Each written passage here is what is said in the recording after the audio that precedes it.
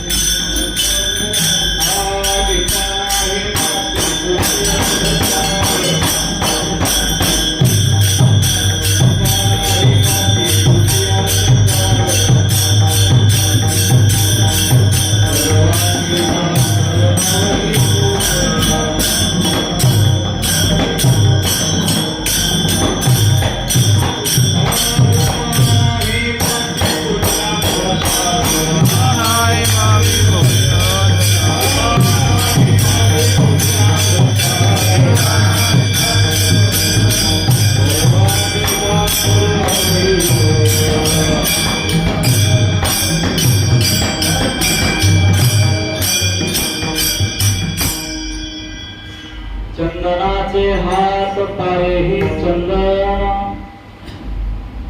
चंदनाचे हात पायही चंदन, पैसा नाही हीन कोणी अंग, दीपा नाही पाठी ओटी अंधकार, सर्वांगी साखर अवघी गोड, तुका म्हणे तैसा सजना पासोण, तुका म्हणे तैसा सजना पासोण, पाहता अवगुण मिळेची ना, दीपा नाही पाठी पोटी अंधकार, सर्वांगी साखर अवघी गोड, समचरण सरोजम सांद्रनीलामुदाभं, जगदनीत पाणिं मंडलं मंडनानां, तरुण तुलसी माला कंधरं कंजनेत्रं, सदय धवलहासं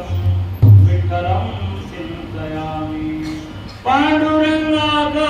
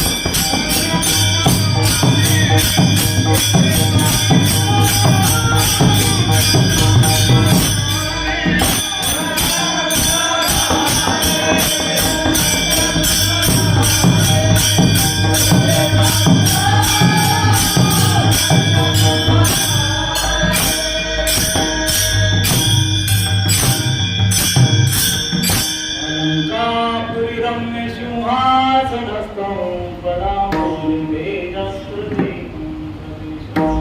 यदिन्द्रादिदैवै सदा स्तूयमानम् समाधिस्थमूर्ति भजे ज्ञानदेवम् ॐ नमो ज्ञानेश्वरा करुणाकरा दयारा तुमचा अनुग्रह लाभलो पावन झालो चराचरी नमो सद्गुरु तुकया ज्ञानदीपा नमो सद्गुरु सच्चिदानंद रूपा नमो सद्गुरु भक्त कल्याण मूर्ते नमो सद्गुरु भास्करा मूर्ती सेवेला की सेवकदा तुमच्या लागलो निजरणा अहो स्वामी तुकया देवा यावरी न करावा अभेरू घ्यावे घ्यावे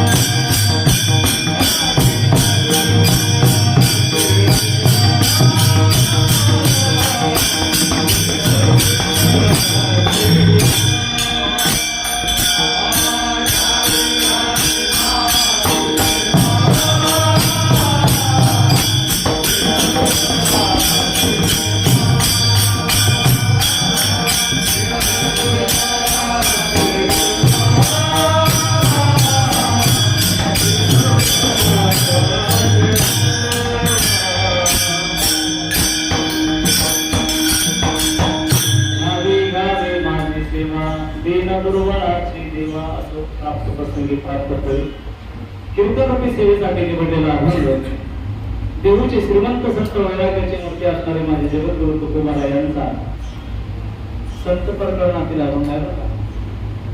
सज्जनाचं महत्व प्रतिपादन करणारा हा अभंग आहे आणि या अभंगामध्ये तुकोबा चार दृष्टांत देतात.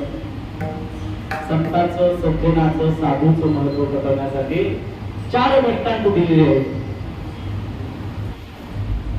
सज्जन म्हणायचं कोणाला असो. सेवेला सुरुवात करण्याच्या अगोदर थोडासा परिहार द्यायचा म्हणजे तो असा.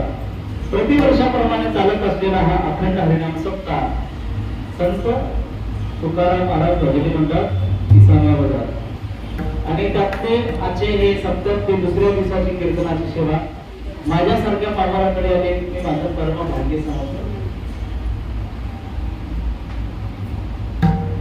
तुकोबा राजा अर्थी सज्जनाचं महत्व सांगतात त्या अर्थी दुर्जन ही असले पाहिजे. बघा प्रभू रामचंद्राच्या काळामध्ये जेव्हा प्रभू रामचंद्र अवतार घेऊन आले प्रथमवर प्रभू रामचंद्र सज्जन होते पण त्यावेळेस रावणासारखे कुंभकर्णासारखे दुर्जनही होते. एवढंच नाही भगवान श्रीकृष्ण ज्यावेळेस अवताराला आले त्यावेळेस कंस चाणूर मुष्टी यासारखे दुर्जनही माणसं होते. कृष्णासारखे सज्जन असले तरी त्या काळामध्ये हे दुर्जन होते. त्याच्या अलीकडे आलं कलियुगामध्ये नाथराय पासून किंवा ज्ञानोबारायचं चरित्र घ्या. ज्ञानोबाराय ज्या काळामध्ये होते सज्जन त्या काळामध्ये रामेश्वर शास्त्री सारखे दुर्जनही होते. ज्या काळामध्ये तुकोबाराय होते त्या काळामध्ये सज्जन तुकोबाराय होते ना सज्जन त्या काळामध्ये रामेश्वर शास्त्री किंवा मंदाजी गोळासारखे आणि दुर्जनही माणसं होते. त्या अर्थीच म्हणत असते ना. मग दुर्जन म्हणायचं कोणाला? सज्जन म्हणत सज्जनाचा विचार करायचा असल्यास अगोदर आपण दुर्जनाचा विचार केला पाहिजे. दुर्जन कोणाला म्हणायचं? तर दुर्जन त्याला म्हणतात जो दुसऱ्यावर अन्याय करतो, दुसऱ्यावर अत्याचार करतो, एखाद्याचा रक्त शोषण करतो, त्याला दुर्जन म्हणतात. उदाहरणात सांगायचं झालं की ढेकूण. ढेकूण माहित आहे तुम्हाला? ढेकूण काय काम करतो माहिती आहे का? फक्त रगत पिण्याचं काम ढेकूण करतो. हा, शोषण करतो बरं का. आणि अशा ढेकणाच्या संगतीमध्ये चांगले चांगले ढेकणाने खपवले महाराज हिरे. ढेकणाच्या संगे विराजो भंगाला कुसंगे नाही जायचं नाही. पण दुर्जन माणसाचा स्वभाव असा आहे. तुम्हाला इथं सज्जनाचं महत्व सांगतात. का सज्जनाचं महत्व सांगतात? की या जगताकडे पाहिल्यानंतर तुकोबाराच्या असं लक्षात आलं की या जगतामध्ये बावळत असणारे लोक विषयामध्ये धुंद झालेले आहेत. पण साधूला कीव येते. कुणाची? आम्हा दीन जनाची. कशी कीव येते? तुकोबाराचे गावता बघा. विषय मोही भुलले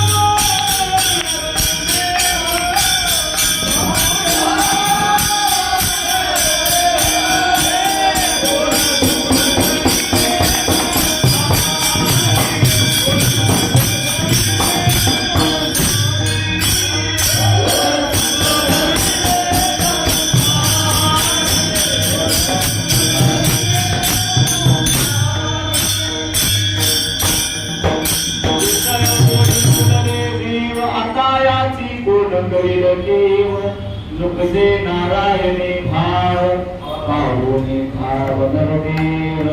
विषयामध्ये धुंद झालेले जण पाहिल्यानंतर तुकोबारायला दया आली. अरे यांना भगवंताविषयी प्रेम कसं निर्माण होईल यांच्या जीवनामध्ये? साक्षात तुकोबाराय करू लागले का. साधूला दया येते, साधूला कळवळा येतो, पण इतरांना येत नाही. असं तुकोबारायला वाटू लागलं की यांना देवाबद्दल माहिती सांगावी आणि देवाचं स्वरूप काय आहे, देवाची प्राप्ती कशाने होईल हे सांगावं. तुकोबाराय सांगू लागले बरं लोकांना, तुम्ही या भजन करा आणि देवाची प्राप्ती करून घ्या. पण असं सांगता हो बरोबर आहे, पण संता वगैरे देवाची प्राप्ती आहे का? हरिप्राप्तीशी उपाय धरावे संताचे ते पाय. कारण का अगोदर संत महात्म्याची भेट झाल्याशिवाय देवाची प्राप्ती होणं शक्य नाही. का? किंवा एक घटना सांगतो बघा. एक लहान मुलगा आहे रामतो बाळ आहे लहान आणि रांगत असताना 1 नंबर 2 नंबर शेतीमध्येच केलेला असतो आणि सोट्यामध्ये खेळण्यासाठी सोडलेलं असतं लेकराला. तेवढ्यामध्ये बाप इस्त्री केलेले कपडे घालून ड्युटीला जाण्यासाठी निघाला बाहेर. ते सोट्यामध्ये खेळत असलेले लेकरू रांगत रांगत बापाच्या पायापर्यंत आलं. बापाचं पॅन्ट धरलं आणि बापाने त्याची अवस्था बघितली. सरक बाजूला हो, घाल लावशील कपड्याला. व्यवहारात बाप बरं का तिरस्कार केला. आपल्या दुसऱ्याचा मुलगा स्वतःचाच मुलगा होता, पण घेतलं नाही जवळ, बाहेर गेला. तेवढ्यामध्ये ते बाळ रांगत रांगत आई जिथं स्वयंपाक करत होती तिकडे गेलं. आईचं लक्ष बाळाकडे गेल्याबरोबर आई स्वयंपाक करायचं थांबवलं. आई पाठीशी उठली, लेकराला उचलली, बाथरूम मध्ये नेलं आणि त्याची सगळी सुविधा केली. आंघोळ घातलं, त्याला श्रृंगार केला, त्याला सजवलं, पावडर लावलं, गंध लावलं आणि पुन्हा खेळण्यासाठी सोप्यामध्ये लेकराला सोडली. आपापल्या कामाला लागली आई. तेवढ्यामध्ये झालं असं, बापाच्या गाडीची चावी विसरली म्हणून बाप पुन्हा घरात आला. घरात आल्याबरोबर चावी घेऊन परत जात असताना बापाचं लक्ष गेलं बाळाकडे. एवढ्यामध्ये तो बाप म्हणतो त्या बाळाला, ए बाळा पळ पळ पळ, मला ड्युटीला जायला उशीर होतो, पण तिच्या एक मला कुठे घेऊन जा. पहिले का दुसऱ्याचा होता का? पहिलेही त्याचाच होता, पण का असं केलं नाही? तर पहिले घाणेनं मलिन झालेला होता. व्यवहारातला बाप जर घाणेनं मलिन झाल्यावर आपल्याला जवळ करत नाही, तो तर जगाचा मालक आहे देव, आपल्याला कसं जवळ करणार?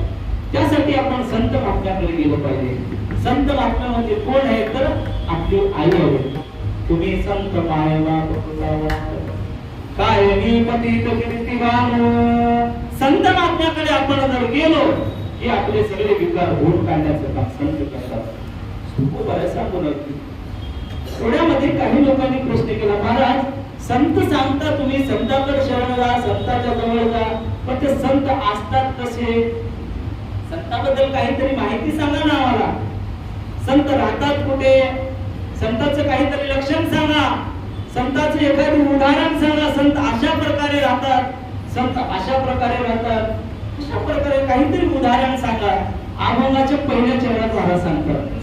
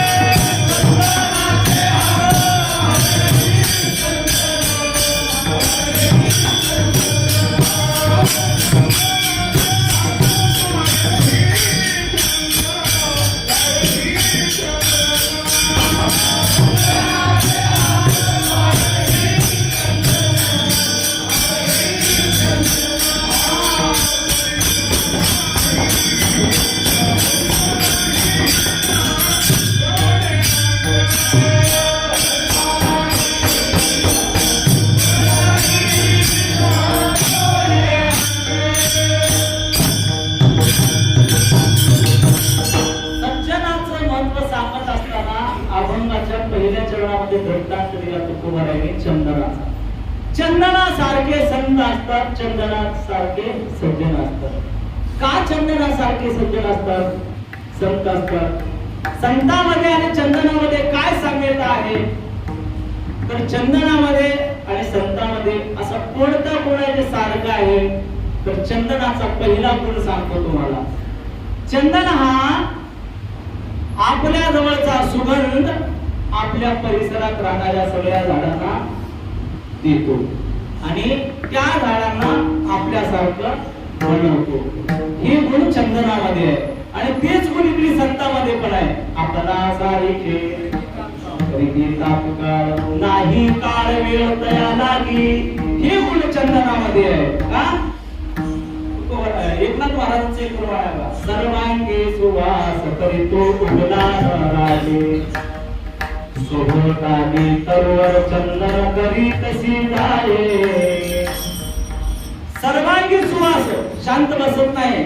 सगळ्या झाडाला त्याच्या बाजूला जितकी कोणते झाड आहेत, बोरीचे राहू दे, बाबरीचे राहू दे, चंदन आणि बोरी व्यापील्या सगळ्याच झाडाला, कोणत्याही झाडाला आपला सुगंध द्यायला विकार करत नाही. आपल्या बाजूच्या सगळ्या झाडाला चंदन आपला सुगंध देतो. तसं साधू संत महात्मेही आपल्या जवळचं ज्ञान सगळ्याला देतात आणि आपल्या सारखं बनवतात. हे गुण चंदनामध्ये आहे. लोक म्हणू लागले तुकोबार आहे, आम्हाला साधू म्हणजे कळालं, संत म्हणजे कळालं. कसे संत? चंदनासारखे संत. चंदन म्हणजे संत. तुकोबार म्हणू लागले असं नाही, चंदन म्हणजे संत नाही, चंदन म्हणजे संत नाही, संत ते संत, चंदन ते चंदन. एखादी एक गुण जर चांगला जर दिसला, सज्जनाचा संताचा चांगला गुण दिसला आणि त्या चंदनामध्ये, म्हणजे चंदन हे संत होऊ शकत नाही. का? त्या चंदनामध्ये अवगुण हे आहेत. 3 अवगुण सांगितले चंदनामध्ये.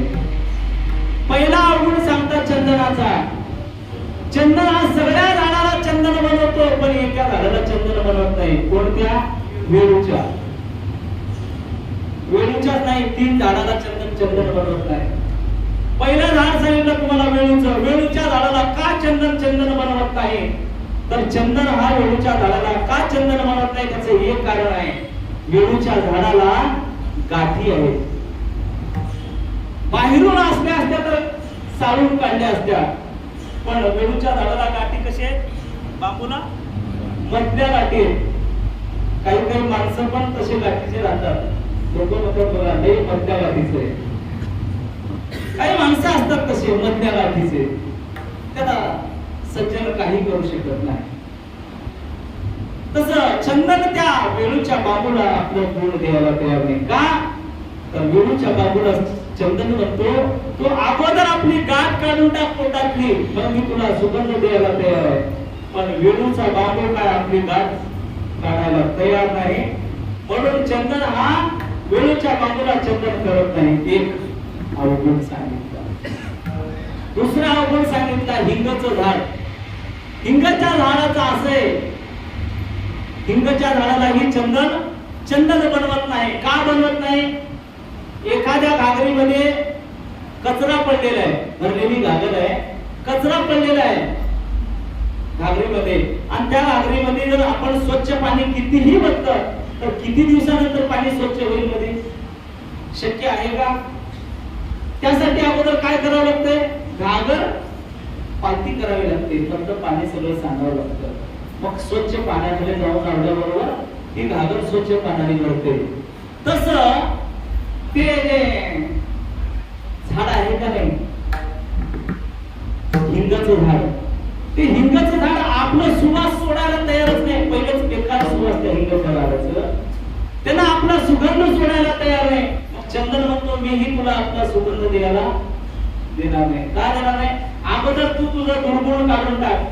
काही साधूच्या जवळ जातात बघा काही दुर्गुणी माणसं, गेल्यानंतर दुर्गुण बाजूला संत काढतात. तो जे खळाचे रंग ते सांडो, सत्कर विरती वाढो, भूता परस्परे पडो, मैत्र जीवाचे.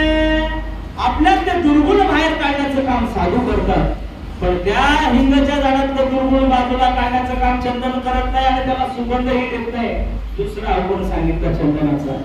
तिसरा अवगुण सांगत असताना तिसरा ही झाडच आहे, तो म्हणजे केळीचा झाड. केळीचं झाड किती जणांना माहिती आहे? सगळ्यांनाच माहिती आहे केळीचं झाड. आपल्या घरामध्ये पत्राच्या खाली बांबू म्हणून वापरतात ना,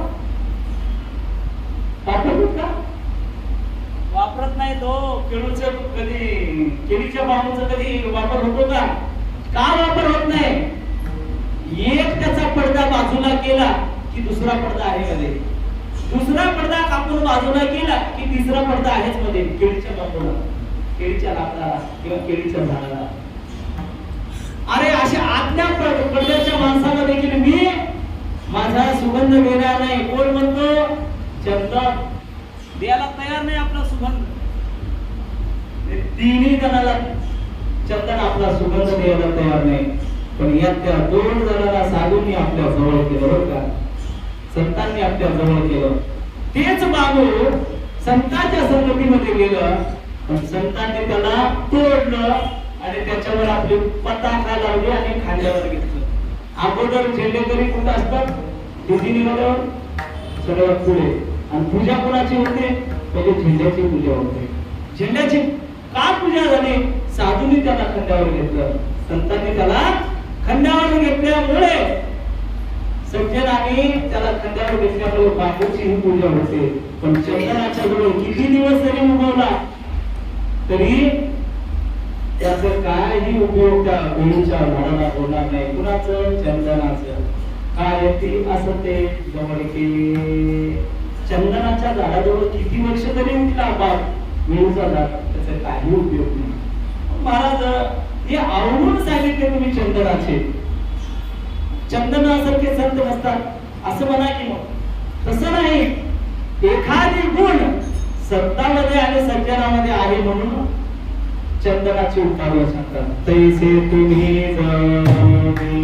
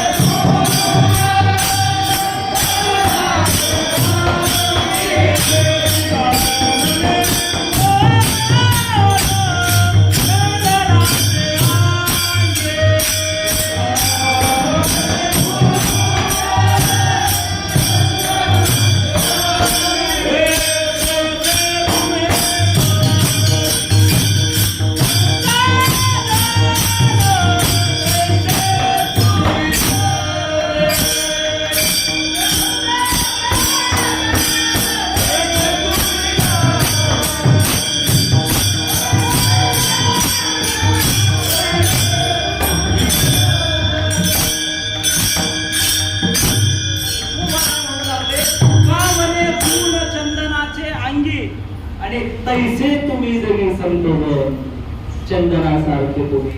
चंदनाचा दुसरा एक गुण चांगला आहे बघा. चंदन काय करतो तर आपल्या अंगाला जर उगाळून लावला चंदनाचा लेप तर आपलं अंग थंड राहतं महाराज. आपलं अंगच थंड राहील, यात काही नवल नाही.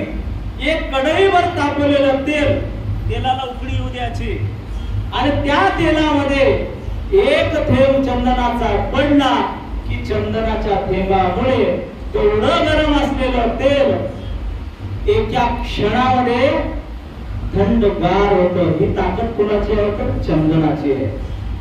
कितीही तापलेला संसारामध्ये तप्त झालेला माणूस साधूच्या संगतीमध्ये गेला, संसाराच्या तापे तापडोनी देवा करिता या सेवा कुटुंबाची. कितीही तप्त झालेला तापलेला उष्ण माणूस साधूच्या जवळ गेला की तिथं थंड होतो. का? साधूचा स्वभावच शीतल आहे हो. मृदु सभाय नवनीत तैसे सज्जनाचे चित्त. साधू हे कसे आहेत तर मऊ आहेत. साधू हे दिवशी उपमा देत असताना म्हणतात बघा, आला शीतळ शांतीचा वारा, तेने सुख झाले या शरीरा, विठला पातकाचा कडी काळासी धाकदला रागा. का तर साधू हे शीतळ आहेत, थंड आहेत. तसं थंड कोणालाही गरम वस्तूला थंड करण्याची ताकद साधूमध्ये आहे आणि तसंच चंदनामध्ये आहे. गरम झालेला तेल उकळता उकळता तेल फक्त एक थेंब पडल्या बरोबर गुंड एक क्षण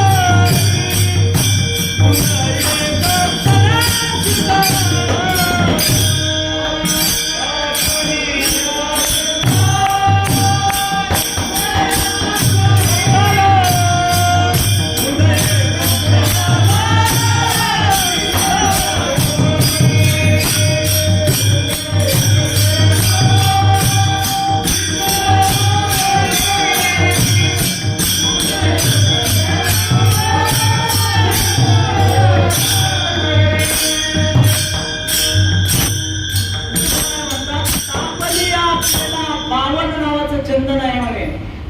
त्या चंदनाचं एक थेंब गरम असलेल्या तेलामध्ये पडलं, तेवढं गरम असलेलं तेल शांत करतो.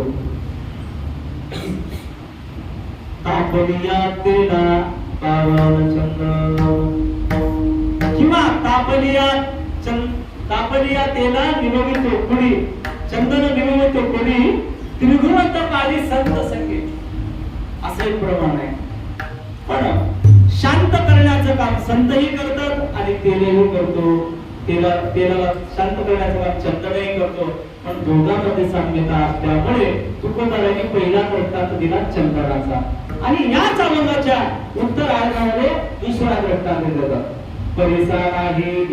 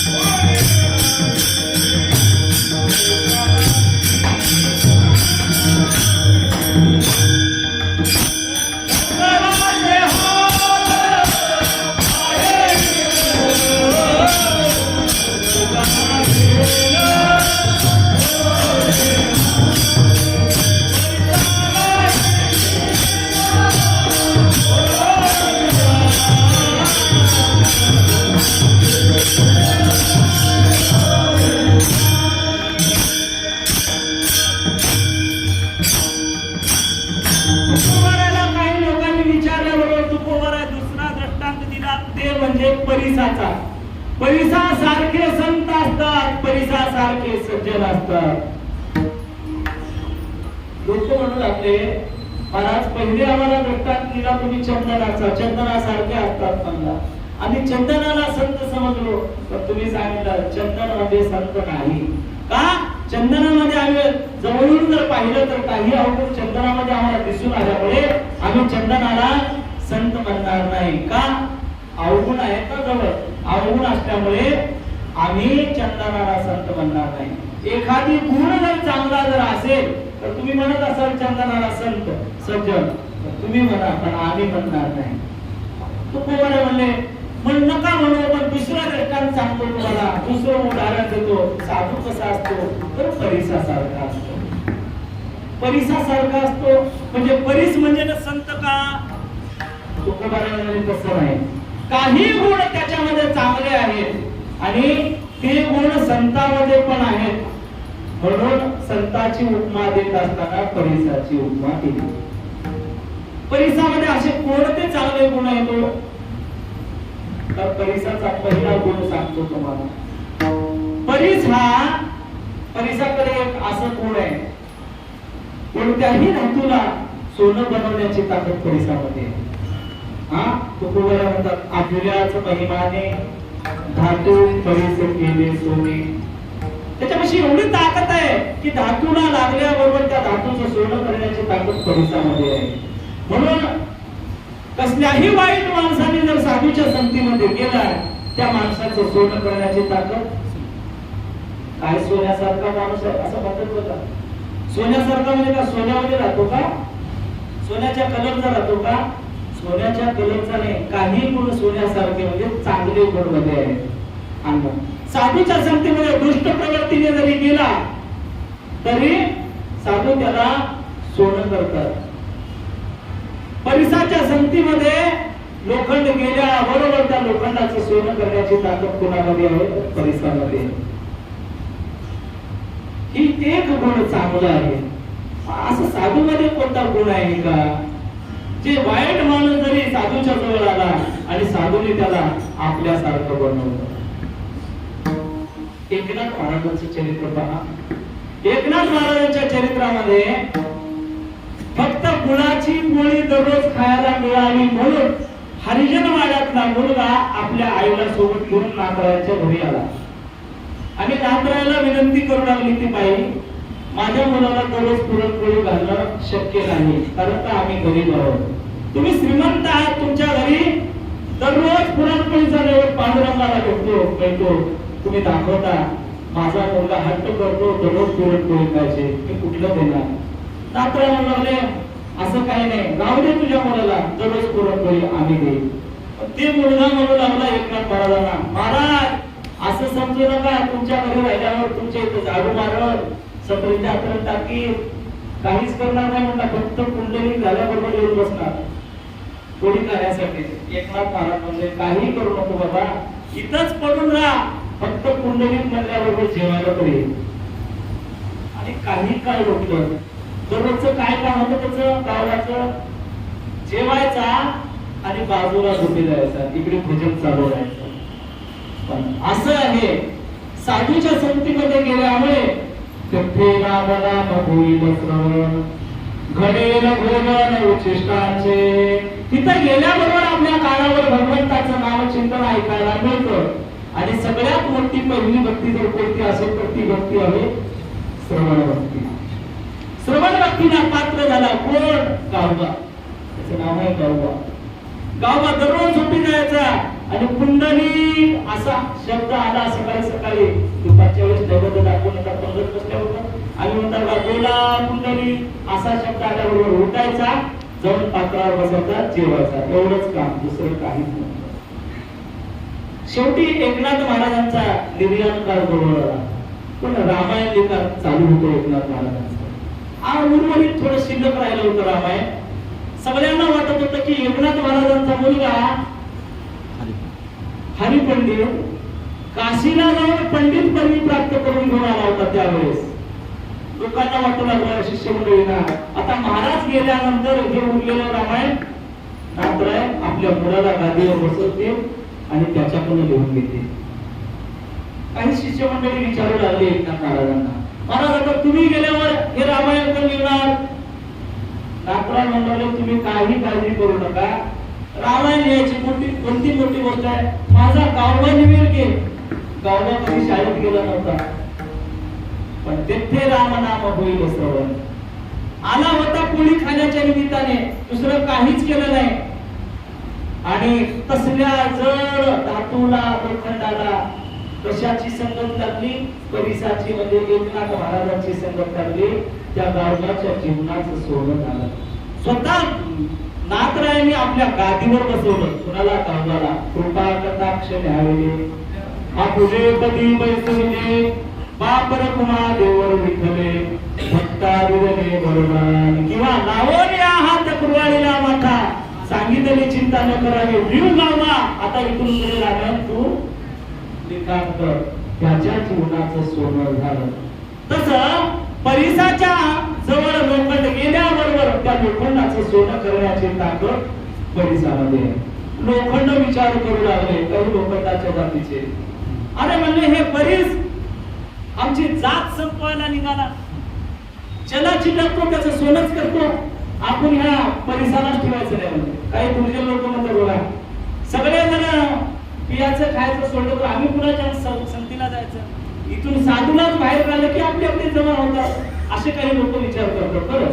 तसे काही लोक विचार करू लागले की आम्ही जर साधूलाच मारून टाकलं तर इथं सज्जन होणार कोण सगळे दुर्जन जमणार ना आपल्यासारखे म्हणून त्या लोखंडाने विचार केला आपण काय करायचं परिसालाच ठेवायचं नाही. ते कुऱ्हाड म्हणू लागले तुम्ही काही घाबरू कुऱ्हाड कशाची लोखंडाची बरं का तिने म्हणलं तुम्ही काही घाबरू नका मी त्या परिसाचे तुकडे तुकडे करते म्हणजे आणि निघाली कशा करता परिसाचे तुकडे पाडण्याकरता निघाली कुऱ्हाड लोखंडाची आणि वरून परिसावर पडली पडल्याबरोबर काय झालं कुऱ्हाडीचं सोनं झालं मला ज्ञानोबा म्हणतात बघा वही आगावही तोडावाचे लागे परिस मिळे लोह परिसाची अंगी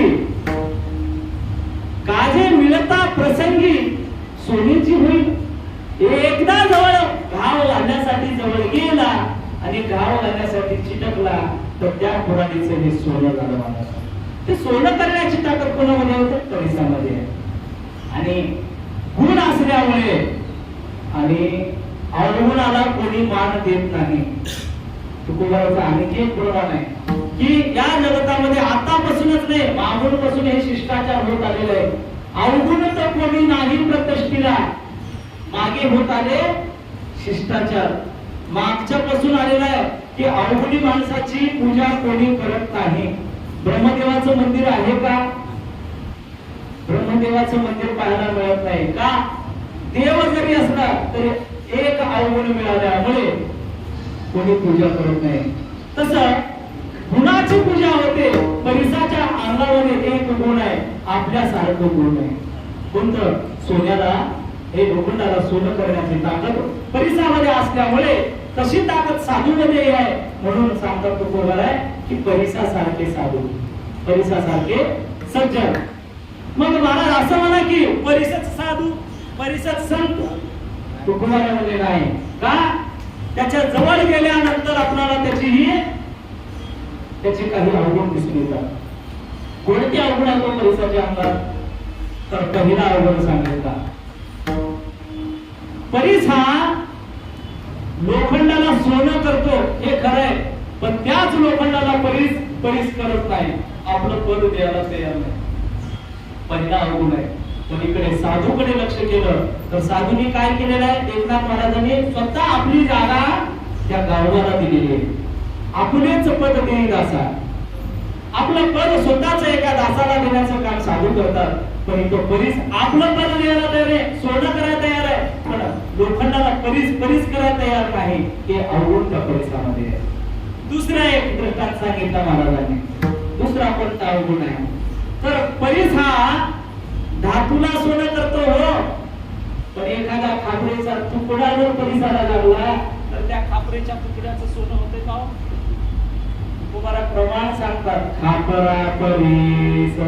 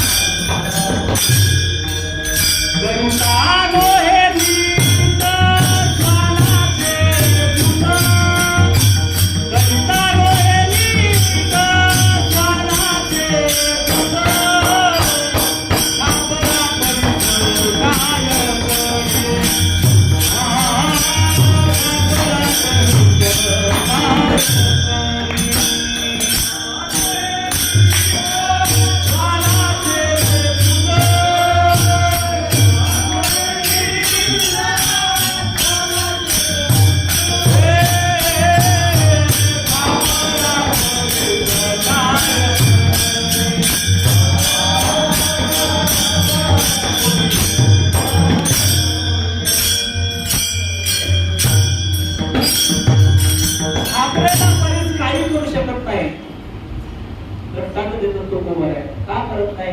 काही वाकड्या लोकांना किती वाकडं असलं त्याला नीट करण्याचं काम साधू करण्याचा प्रयत्न केले, पण ते काय नीट झाले नाहीत. ज्ञानोबाच्या जीवनचरित्रामध्ये तुम्ही बघा, ज्ञानोबाचा इतका छळ केला लोकांनी, इतका छळ केला, पण ज्ञानोबाने त्यांना कधीच काही शाप दिला नाही. कोणतं असं तुमचं असं वाटलं असं देखील म्हणलेलं नाही ज्ञानोबाने. पण ज्ञानोबाच्या जवळ असूनही ज्ञानोबाला त्यांना कळले नाही.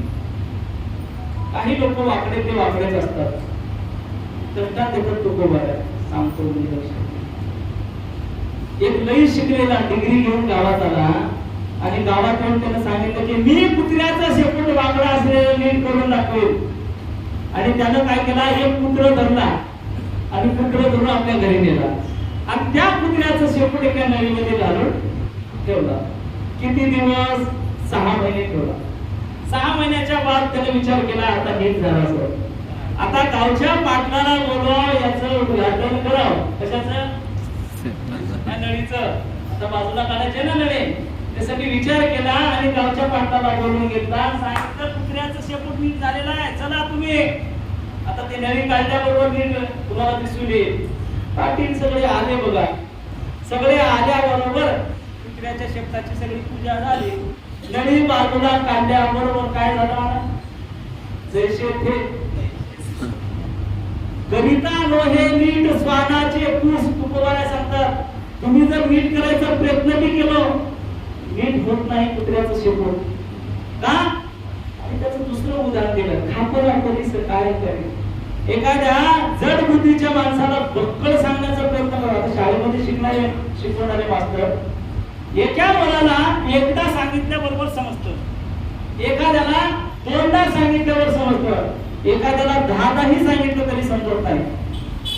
तुकोबारा म्हणतात तुका म्हणे ऐशी बुद्धी ज्याची जड त्याहुनी दगड बरे देवा. काही असे दुर्गुणी माणसं आहेत, काही असे वाकड्या आकाराची माणसं आहेत. साधूच्या जवळ गेले काय आणि काही केलं काय, त्यांच्यात दुर्गुणपणा काय जात नाही, त्यांचा अवगुण जात नाही. मग या परिसामध्ये हे अवगुण दिसलं महाराज. परिस हा खापराला सोनं करत नाही. मग महाराज परिसालाही संत म्हणून नाही म्हणले तुकोबारा. परिसामध्ये काही गुण चांगले असल्यामुळे परिसाची उपमा दिली बरं का. साधूला परिसाची उपमा दिली, पण परिस म्हणजे साधू नाही, साधू म्हणजे परिस नाही, वेगवेगळा भाव आहे. परिस हा आपलं पद द्यायला तयार नाही, पण साधू आपलं पद देतात. विठ्ठल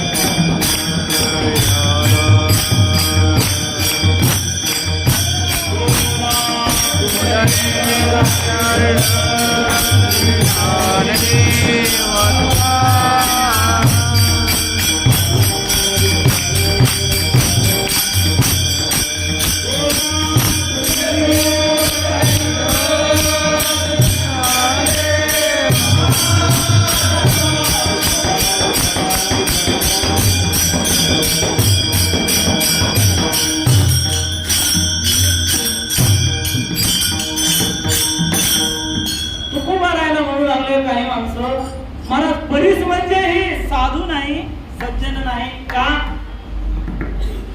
काही दुर्गुणी माणसं जवळ आले तर त्यांना सज्जन बनवण्याचं काम साधू करतात. इथं बरीच कमी पडतो. बघा, एकनाथ महाराजांच्या चरित्रामध्ये अनेक असं प्रसंग आलेले आहे. दुर्गुणी माणूस साधूच्या जवळ आलेले आहे. कशासाठी? एकनाथ महाराजांना रागाला आणून याच्यासाठी बरं का. एकनाथ महाराजांच्या अंगावर 108 वेळा बाण खाऊन फुटला. 1-2 वेळा नाही. एखाद्या बसमधून जात असताना खिडकीतून एखादा माणूस गुटखा खाऊन जर आपल्या अंगावर फुटला, आपण गाडीवर असावं, गाडी बसच्या समोर आडवी लावणार, मध्ये जाणार, जे माणूस आपल्यावर फुटले त्याला त्याची शर्ट धरून मारणार, आपल्याला सहन होत नाही महाराज. पण एकनाथ महाराजांच्या अंगावर 108 वेळा त्या यवनाने फुटलं. तोंडातली लाळ संपली, रसना सगळी संपून गेल्यावर जीभ तडतड करायला लागले, तोंडाला छाले पडले आणि तो आता म्हणतो माझं कसं होणार, मी एका साधूची निंदा केली, साधूचा अपमान केला. म्हणून एकनाथ महाराजांच्या जवळ आला आणि एकनाथ महाराजांच्या पायावर पडला. दुर्गुणी होता, दुर्जन होता, पण एकनाथ महाराजांनी त्याला उठवलं आणि म्हणून आपले एकनाथ महाराज, अरे का माझ्या पाया पडतोस? एकनाथ महाराजांना तू म्हणू लागला, महाराज मी तुमच्या अंगावर 108 वेळा फुटलो, मी किती पापी आहे. असं म्हणत असताना एकनाथ महाराज म्हणू लागले, अरे तू पापी नाही, तू पुण्यवान आहेस. तुझ्यामुळे मला गोदावरीचे 108 वेळा स्नान करण्याची संधी मला प्राप्त झाली. पण महाराजांनी त्याला शाप दिला नाही का? उलट त्याला प्रसाद देऊन मुक्त केला. यवन अंगावरील तुमचा प्रसाद देऊन मुक्त केला. ज्या मंबाजी बुवाने काठीच्या फंदारानं तुकोबाला झोडपून काढलं आणि रात्री कीर्तनाला मंबाजी बुवा आले नाहीत म्हणून तुकोबाला कीर्तन थांबवलं आणि मंबाजी बुवाच्या घरी जाऊन मंबाजी बुवाचे हात पाय दाबू लागले. मंबाजी बुवा डोळे उघडून बघतात, ज्याला मी दिवसा मारलं तेच रात्री येऊन माझ्या हात पाय दाबतो. किती मोठं हृदय आहे. साधू कुणाला म्हणतो तर का? कितीही दुर्गुण माणूस जर आपल्या जवळ आला त्याला आपल्यासारखं बनवण्याचं काम साधूच आहे. तसं परिसामध्ये काही गुण चांगले असल्यामुळे परिसाची उपमा दिली आणि तिसरी उपमा देत असताना अभंगाच्या दुसऱ्या चरणामध्ये महाराज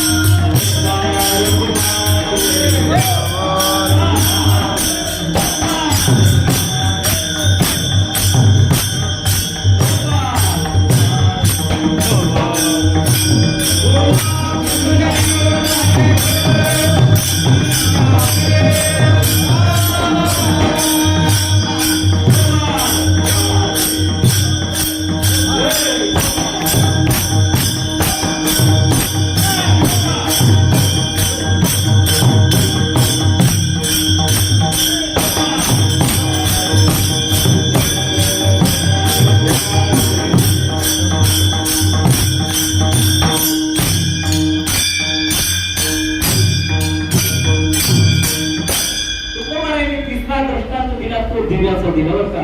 दिव्यासारखे संत आहेत, दिव्यासारखे साधू आहेत, दिव्यासारखे सज्जन आहेत.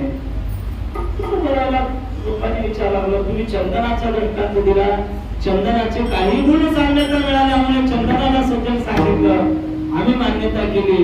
परिसालाही आम्ही काही गुण चांगले असल्यामुळे सज्जनाचे गुण आणि परिसाचे गुण साम्य मिळाल्यामुळे परिसालाही आम्ही चंदनासारखं समजलो, संतासारखं समजलो. पण आता तुम्ही दिव्याचा उपमा देता, मग दिवा म्हणजे ना संत आहेत का? दिवा म्हणजे नाही, संत नाही. दिव्याचं काम आणि संताचं काम एक सारखं आहे का? दिवा ही जळतो आणि दुसऱ्याला प्रकाशित करतो. साधू ही जळतात पण दुसऱ्याचा उद्धार केल्याशिवाय राहत नाही.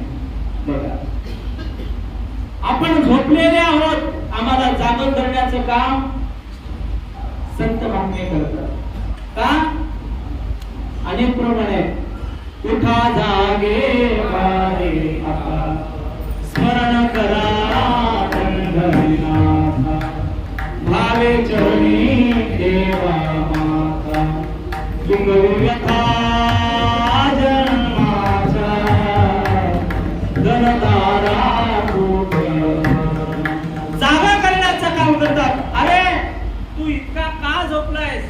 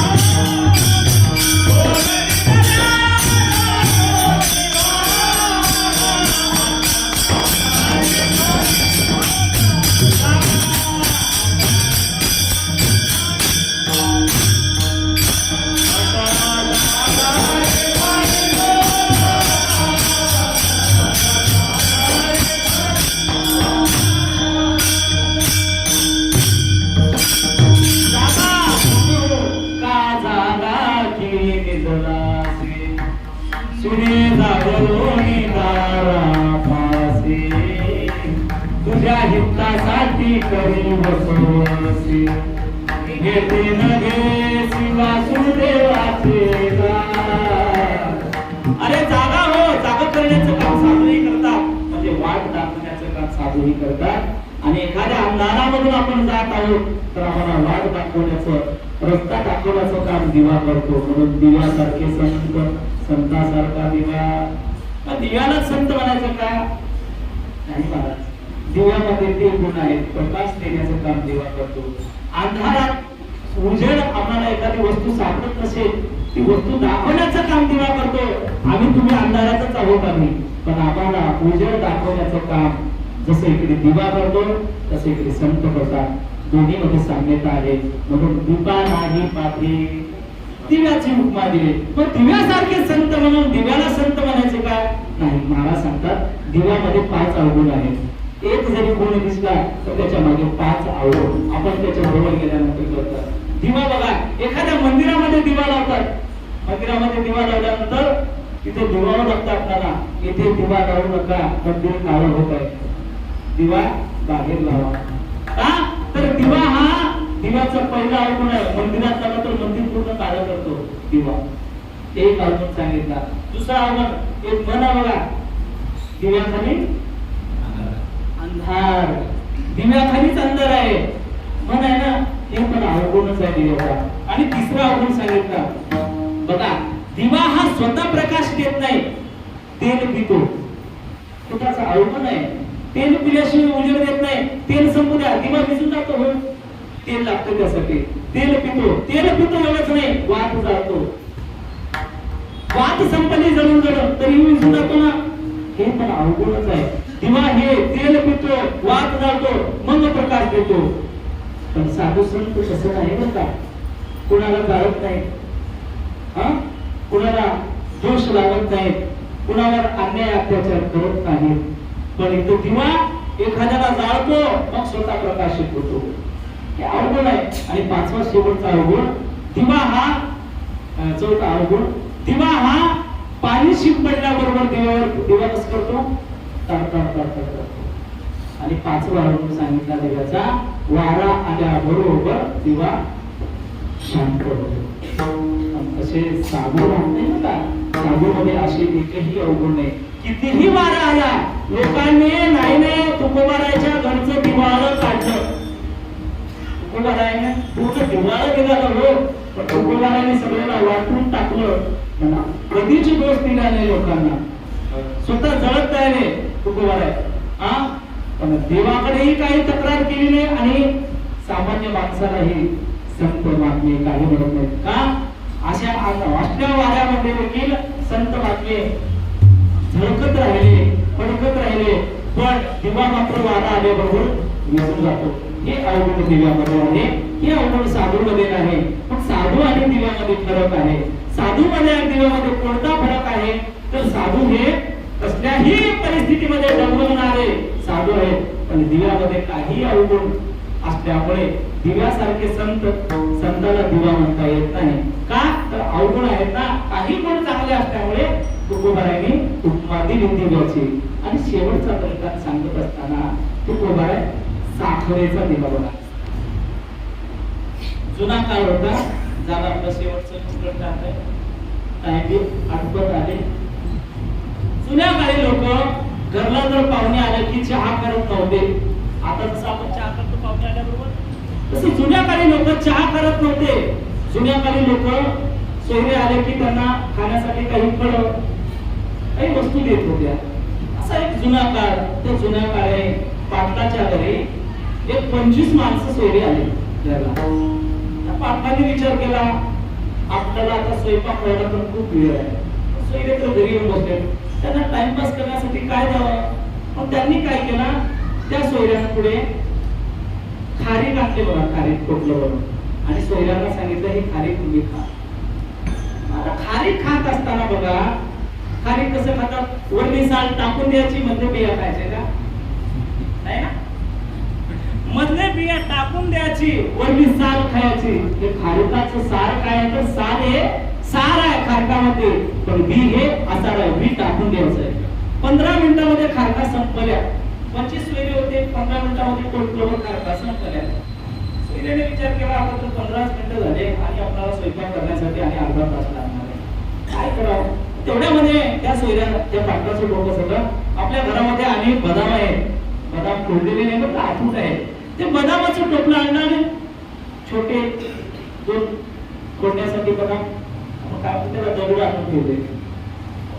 बदाम खात असताना कसं खातात लोक, वरली साल खायची, मधलं बी टाकून द्यायचं, असं आहे का. वरलं टाकून द्यायचं आणि मधलं खायचं. कारण का बदामाच्या मधलं बी जे आहे ना, पलकू जे आहे ना, ते सार आहे, आणि वरली कवच जे आहे आसार आहे, फेकून द्यायचं आहे. 15 मिनिटं झाले, 15 मिनिटांमध्ये बदाम ही संपून गेले. पाटलाने विचार केला, आता काय करावं, आणि 15 मिनिटं बाकी आहे शिल्लक आपले, काय करावं. उन्हाळ्याचे दिवस होते, आंबे आले होते, घरामध्ये आलेले आंबे टाकले होते, आंबे टोपलं भरून आणले आणि सोयऱ्यापाशी ठेवले. आता सांगा तुम्ही मला, सोयऱ्याने काय खावं, काय टाकून द्यावं. सोयरा, एक सोयरा आंबा उचलायचा, आंबा तोंडाला लावायचा, आंब्यात रस पियाचा, आणि पोय बाजूला काढायची, आणि सालही टाकून द्यायची, पोयही बाजूला टाकून द्यायची, फक्त मधला रस तेवढं पियाचा. 15 मिनिटं संपले, आंबेही संपले, मधोमधांतही संपला. शेवटी त्या सोयऱ्याने पाटलाने विचार केला, आणि आपल्याला 5 मिनिटं बाकी आहे, काय करावं. मध्ये घरामध्ये पेढ्याचा बॉक्स होता, त्याने काय केला, पळत गेला, तेवढा पेढ्याचा बॉक्स आणला आणि ठेवला, आणि प्रत्येकाच्या हातावर एक पेढा दिला.